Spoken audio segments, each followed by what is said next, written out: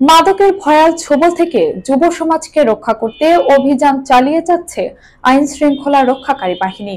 এরই অংশ হিসেবে ঢাকার আশুলিয়া জেলা গোয়েন্দা পুলিশের এক অভিযানে ইয়াবাসহ গ্রেফতার হয়েছে দুই মাদক ব্যবসায়ী।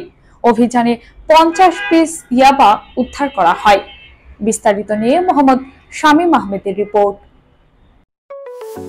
আপনার স্বপ্নের যাত্রা হোক ফ্লাই ইনফিনিটির সাথে।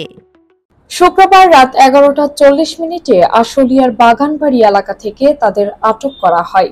গ্রেফতারকৃতরা হলেন মোহাম্মদ তাজুল ইসলাম ওরফে বাবু ও মোহাম্মদ সোহাগ কাজী। তাজুল ইসলামের বাড়ি ভোলা জেলার বুরহানুদ্দিন থানার দেউলা এলাকায়।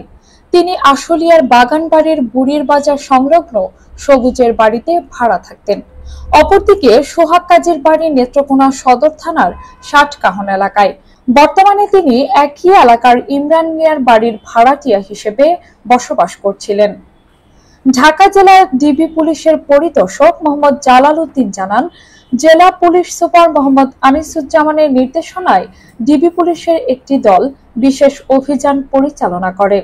ডিবির উপপরিদর্শক মোহাম্মদ আব্দুস সালামের নেতৃত্বে ওই অভিযান চালিয়ে বাগানবাড়ি এলাকা থেকে ইয়াবাসহ তাদের হাতে নাতে আটক করা হয়।